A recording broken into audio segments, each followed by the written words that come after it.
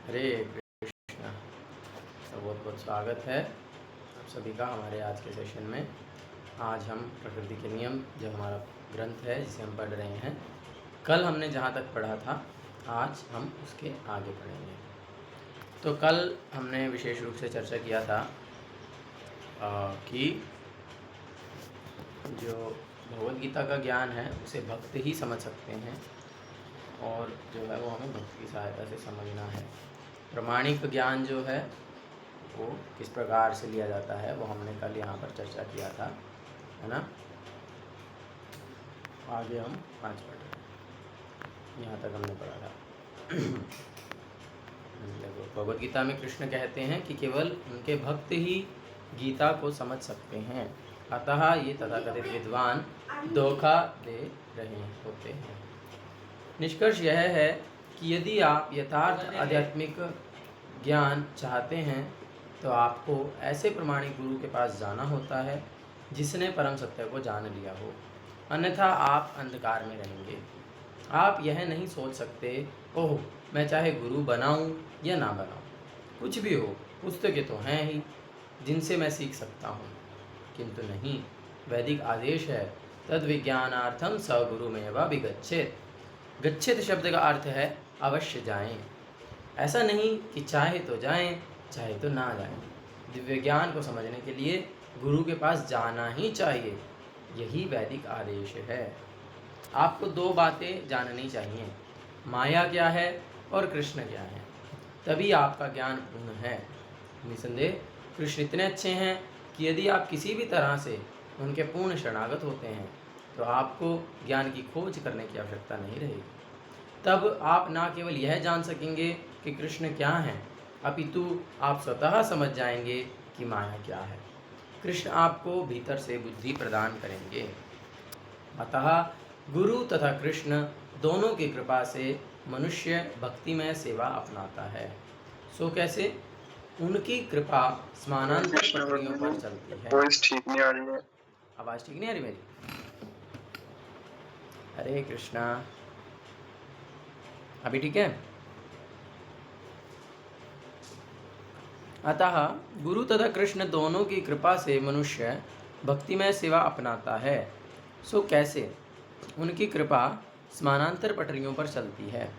यदि आपको अभी तक कोई गुरु नहीं मिले हैं किंतु आप निष्ठावान हैं तो कृष्ण आपको प्रमाणिक गुरु के पास पहुंचा देते हैं, और यदि आप प्रमाणिक गुरु पा जाते हैं तो वे आपको कृष्ण के पास ले जाएंगे। कृष्ण आपके हृदय में सदैव चैत्य गुरु, भीतर के गुरु के रूप में आसीन रहते हैं।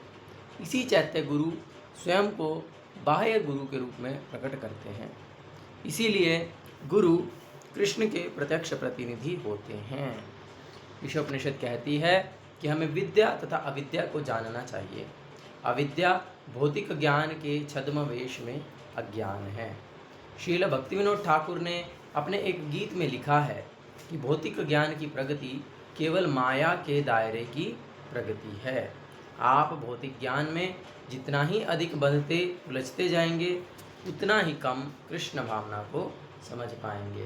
पहले भी प्रभुपाद इसको कोट किया ना, जड़ विद्यायत माया र वैभव जीव के कौराए गाधा, है ना, इसे हमने चर्चा किया था। तो यहाँ पर हमें अविद्या का अर्थ समझना चाहिए। अविद्या क्या है? वो भौतिक ज्ञान के छद्म वेश में अज्ञान है। हाँ, जो भी हम मटेरियली जो भी नॉलेज ले रहे हैं, शरीर से संबंधित इस भौतिक टेम्पररी चीज़ों में, हाँ, जैसे मान लीजिए सॉफ्टवेयर कैसे डेवलप करने हैं, हाँ, या बहुत सारी चीज़ों के हार्डवेयर्स कैसे बनाने हैं, हाँ, ये जो भी भौतिक ज्ञान हैं ये सब के सब जो हैं ये वास्तविकता में अज्ञान हैं। क्यों अज्ञान है? क्योंकि ये ज्ञान जो है वो हमें जन्म मृत्यु जरा व्याधि के चक्कर से मुक्त नहीं कर सकता है। इसलिए वास्तविकता में ये अविद्या है, अज्ञान है। तो भौतिक ज्ञान इस प्रकार से होता है, उसका कोई अल्टीमेट बेनिफिट उसका नहीं है। आप भौतिक ज्ञान में जितना ही अधिक बंधते उलझते जाएंगे उतना ही कम कृष्ण भावनामृत को समझ पाएंगे। फिर व्यक्ति हर चीज़ अपने एक्सपीरियंस से समझना चाहता है, क्योंकि उसने जो भौतिक ज्ञान जितना ज़्यादा ले लिया उसने उतना ज़्यादा उस चीज़ों को अपने जो है जिसको देख पा रहा है, जिसको समझ पा रहा है, सुन पा रहा है, उसने ज्ञान की वो बना ली है कि विज्ञान मतलब वही होता है जिसको मैं ऐसे देख सकता हूँ, जिसको मैं सुन सकता हूँ, जिसको मैं, लेकिन अब जो चीज़ वो देख नहीं सकता, जो चीज़ें वो सुन नहीं सकता, जिन चीज़ों को वो एकदम से अनुभव नहीं कर सकता, उन चीज़ों को फिर वो स्वीकार नहीं कर पाता है। लेकिन आध्यात्मिक ज्ञान तो अधोक्षज है, अधकृता अक्षज ज्ञानम, जो हमारी इंद्रियों के परे है, जिसको हम अपनी आंखों से देख नहीं सकते, जिसको अपने कानों से सुन करके समझ नहीं सकते, और जिसको जो है हम यूं ही एकदम से अनुभव नहीं कर सकते। इसके लिए हमको प्रोसेस को फॉलो करना होगा।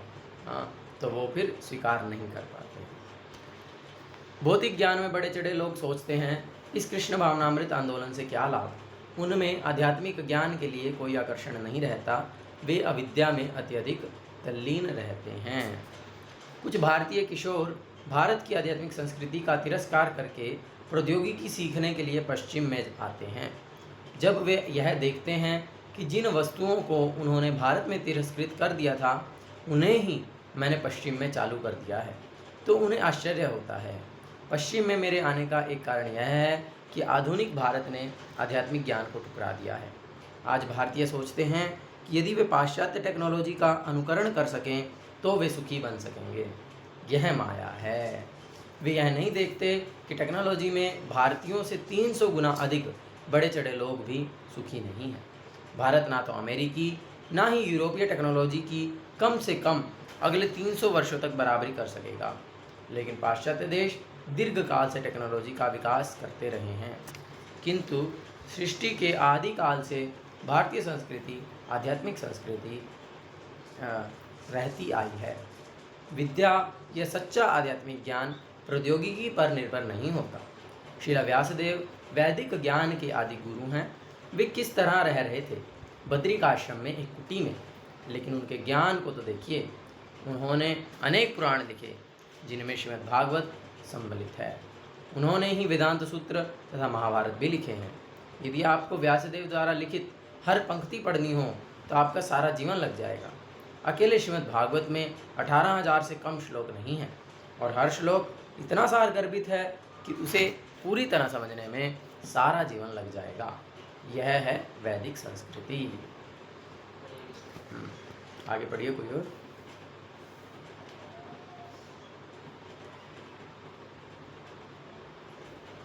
हरे कृष्णा। हरे कृष्णा।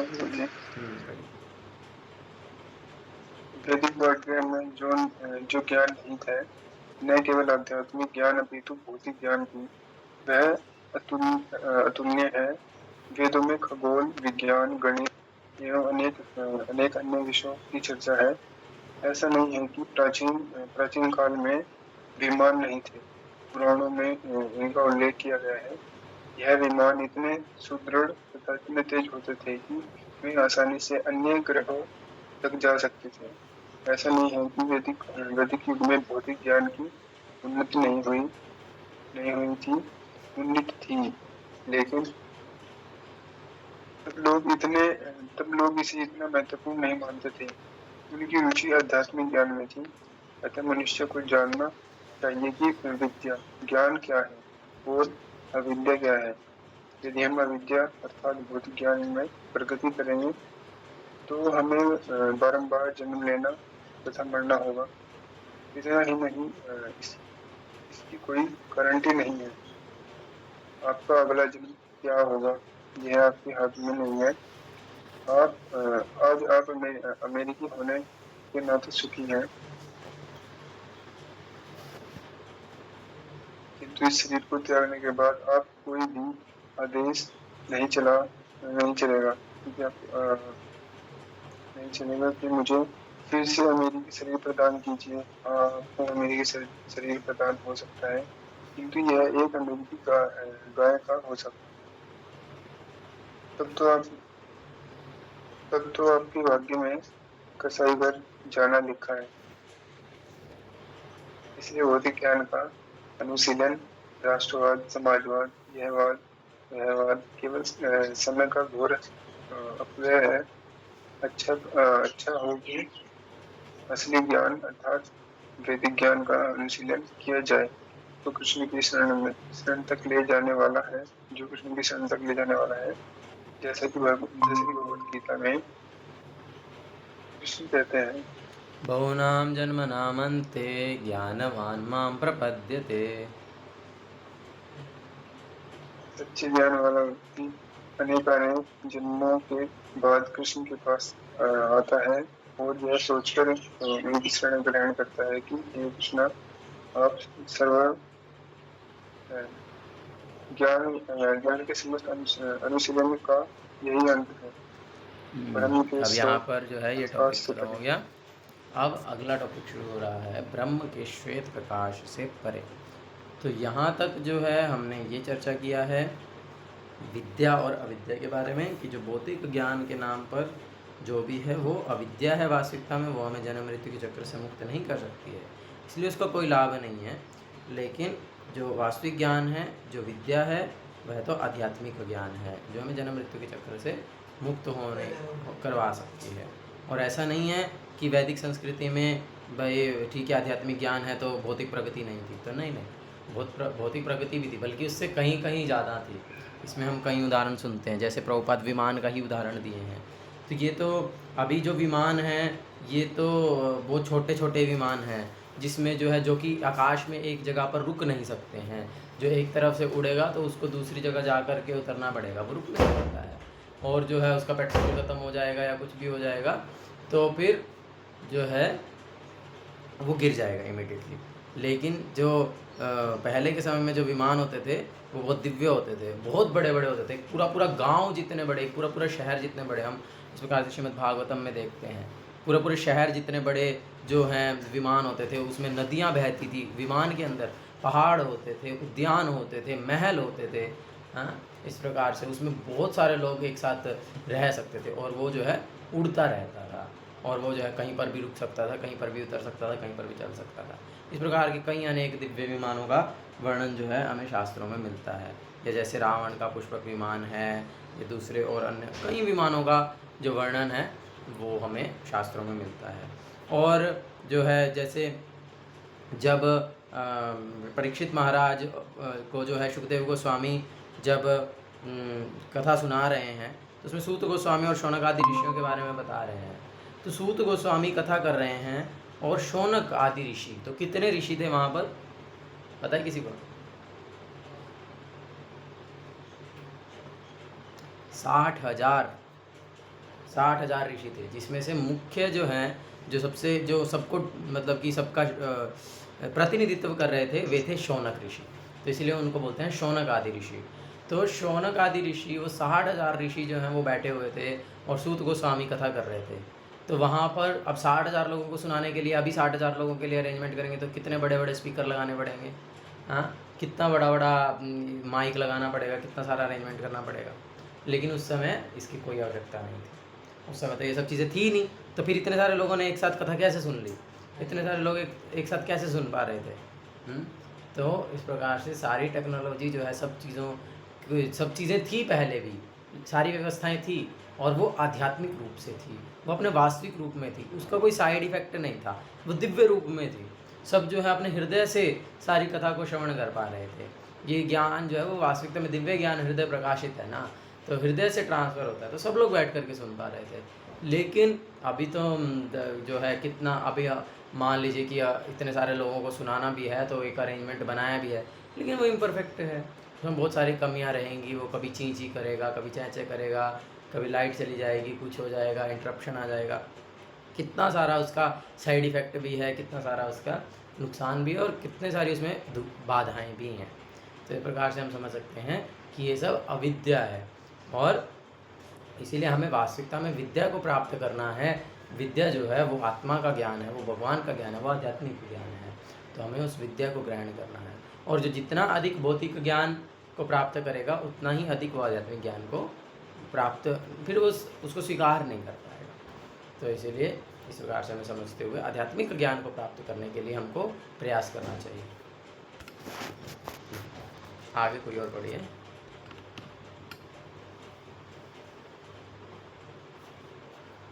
हरे कृष्णा। हरे कृष्ण।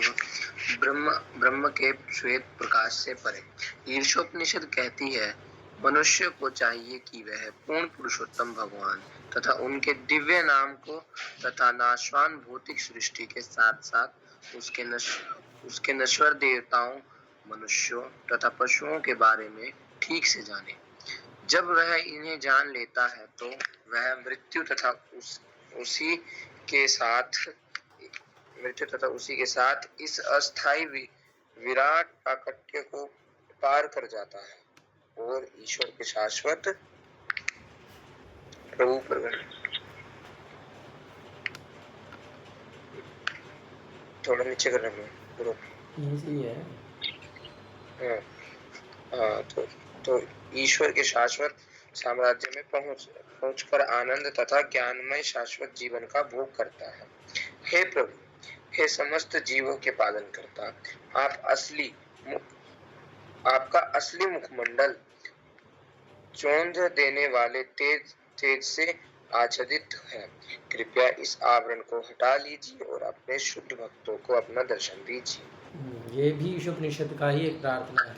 इसमें बोल रहे हैं कि भगवान आपके शरीर से इतना तेज निकल रहा है कि उसके कारण मैं कुछ देख ही नहीं पा रहा हूँ, तो कृपया करके आप उसको हटा लो थोड़ा सा, ताकि मैं आपके सुंदर मुखमंडल का दर्शन कर पाऊँ।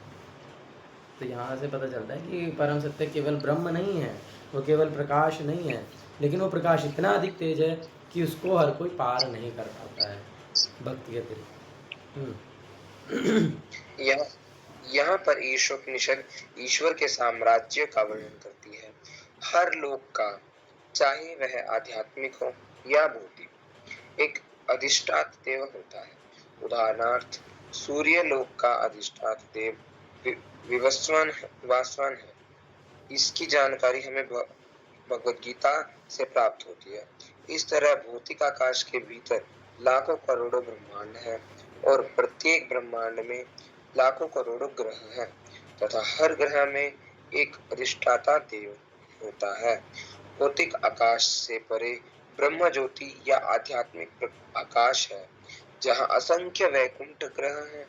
हर वैकुंठ ग्रह में नारायण रूप में भगवान का प्राधान्यत्व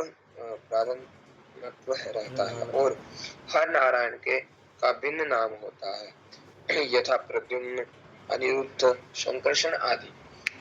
इन ग्रहों को कोई देख नहीं सकता, क्योंकि वह आध्यात्मिक ब्रह्म ज्योति से आच्छादित है। जिस तरह चौंधाने वाले सूर्य प्रकाश के कारण सूर्य मंडल को नहीं देखा जा सकता, आध्यात्मिक आकाश में यह तेज कृष्ण लोक, गोलोक वृंदावन से आता है, जो कि वैकुंठ से भी ऊपर है और जहाँ पर एकमात्र कृष्ण ही अधिष्ठाता है। परम सत्य कृष्ण का ग्रह ब्रह्म तेज से आच्छादित है। भगवान का दर्शन पाने के लिए इस तेज को पार करना पड़ता है। इसलिए ईशोपनिषद में भक्त प्रार्थना करता है, कृपया अपने तेज को हटाइए जिससे हम आपके दर्शन कर सके। मायावादी दार्शनिक यह नहीं जानते कि ब्रह्म ज्योति से परे भी कुछ है, किंतु यहाँ पर ईशोपनिषद में इस बात का वैदिक प्रमाण है कि ब्रह्म ज्योति केवल सुनहरे तेज का आवरण है, जो परमेश्वर के असली मुखमंडल को ढके हुए है। भाव यह है कि कृष्ण लोक तथा वैकुंठ लोक ब्रह्म तेज से परे है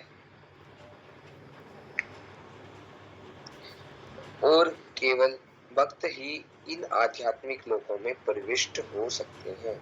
ज्ञानी जन मानसिक तर्कवादी ब्रह्म तेज में प्रवेश करने के लिए कठिन तपस्या करते हैं, किंतु कृष्ण द्वारा मारे गए असुर तक तुरंत ही ब्रह्म तेज में भेज दिए जाते हैं। इसलिए जरा विचार कीजिए, कृष्ण के शत्रुओं को जो स्थान दिया जाता है, क्या वह इतना इच्छा करने योग्य है?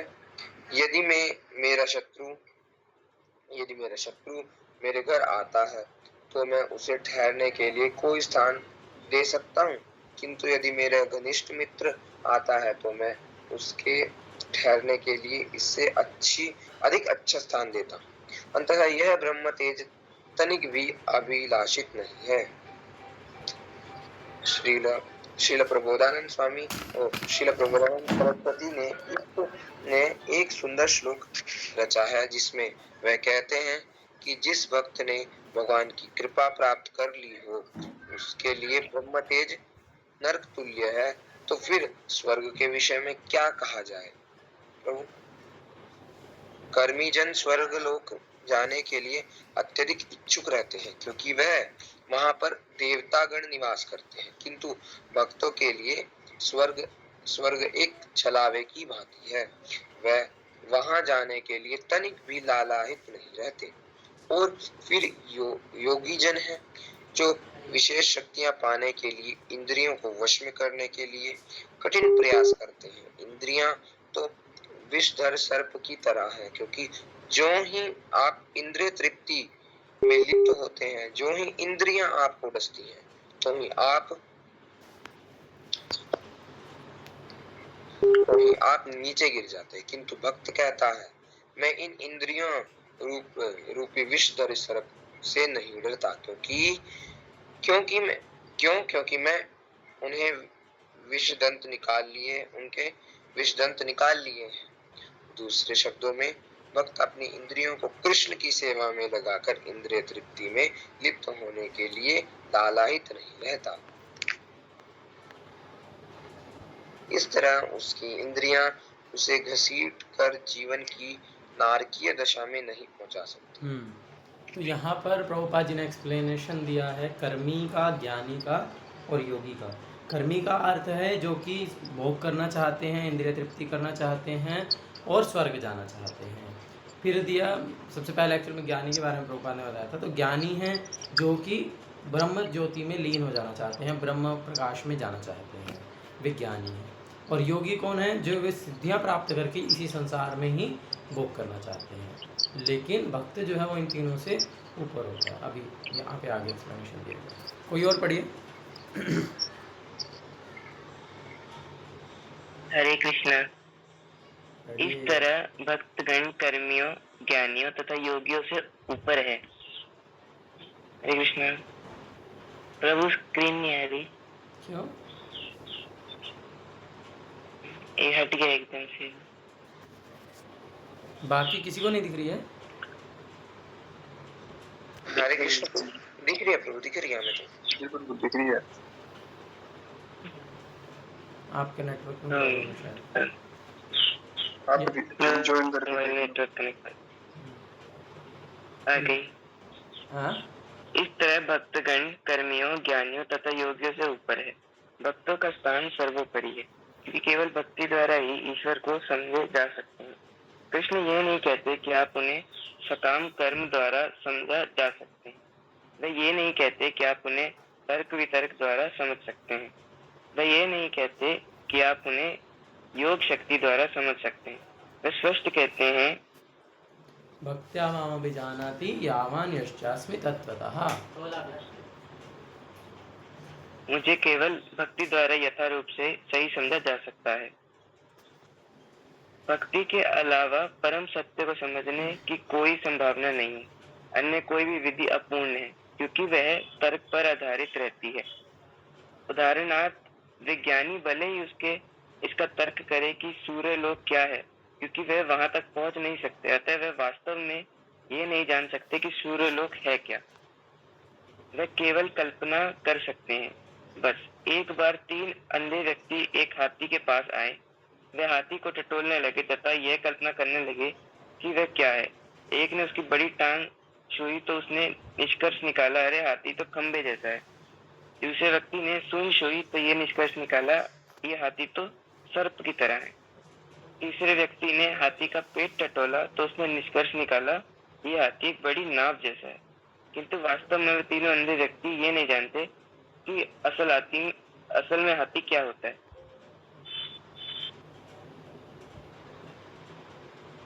यदि आप में किसी वस्तु को देखने की क्षमता नहीं है, तो आप इसके बारे में केवल कल्पना ही कर सकते हैं। इसलिए ईशोपनिषद कहती है, कृपया अपने मुखमंडल पर से ये तीव्र ज्योति के आवरण को हटाइए, जिससे मैं आपका दर्शन कर सकूं। यह देखने की शक्ति कृष्ण द्वारा भक्तों को प्रदान की जाती है।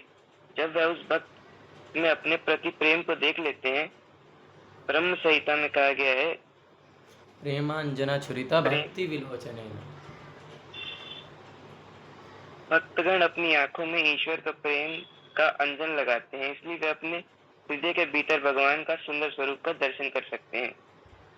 भारत में आंख का विशेष अध्ययन होता है। यदि आप इसे लगा लें तो आपको तुरंत स्पष्ट दिखने लगेगा। इसी तरह यदि आप अपनी आंखों में भगवत प्रेम का अंजन लगा लें तो आप ईश्वर का सब दर्शन करेंगे। सेवा द्वारा कथा ईश्वर के प्रति प्रेम बढ़ाकर ईश्वर को समझने का यही सही तरीका है। यह प्रेम एकमात्र भक्तिमय सेवा द्वारा विकसित किया जा सकता है, अन्यथा इसे पाने की कोई संभावना नहीं है। अतः ईश्वर के प्रति आप अपने स्वभाव को जितना सेवा बढ़ाएंगे भाव को। उतना ही अधिक आप ईश्वर के प्रति अपने सुख प्रेम को बढ़ा सकेंगे, और जो ही आप ईश्वर प्रेम की पूर्ण स्वता को प्राप्त होंगे, आप प्रतिक्षण ईश्वर का दर्शन करेंगे। हरे कृष्ण। यहाँ पर जो हमारा प्रकृति के नियम का जो फर्स्ट चैप्टर था वो खत्म हो जाता है और दुष्कर्म ये शुरू होगा, जो हम कल से चर्चा करेंगे।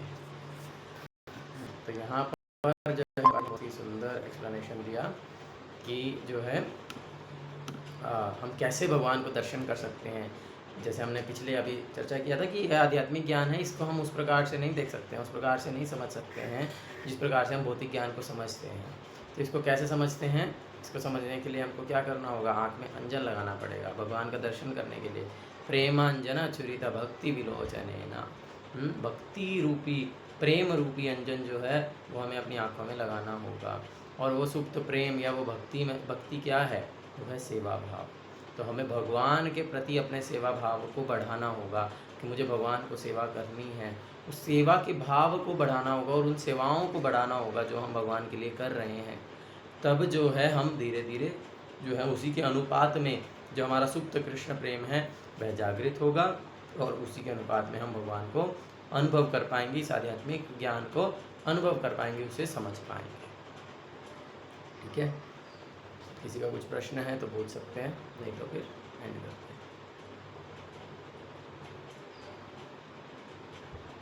ठीक है, किसी का कुछ प्रश्न नहीं है तो एंड करते हैं। हरे कृष्णा कृष्ण कृष्ण हरे हरे, हरे राम राम राम हरे हरे। जय श्रील प्रभुपाद की जय, सुख स्वामी गुरु महाराज की जय।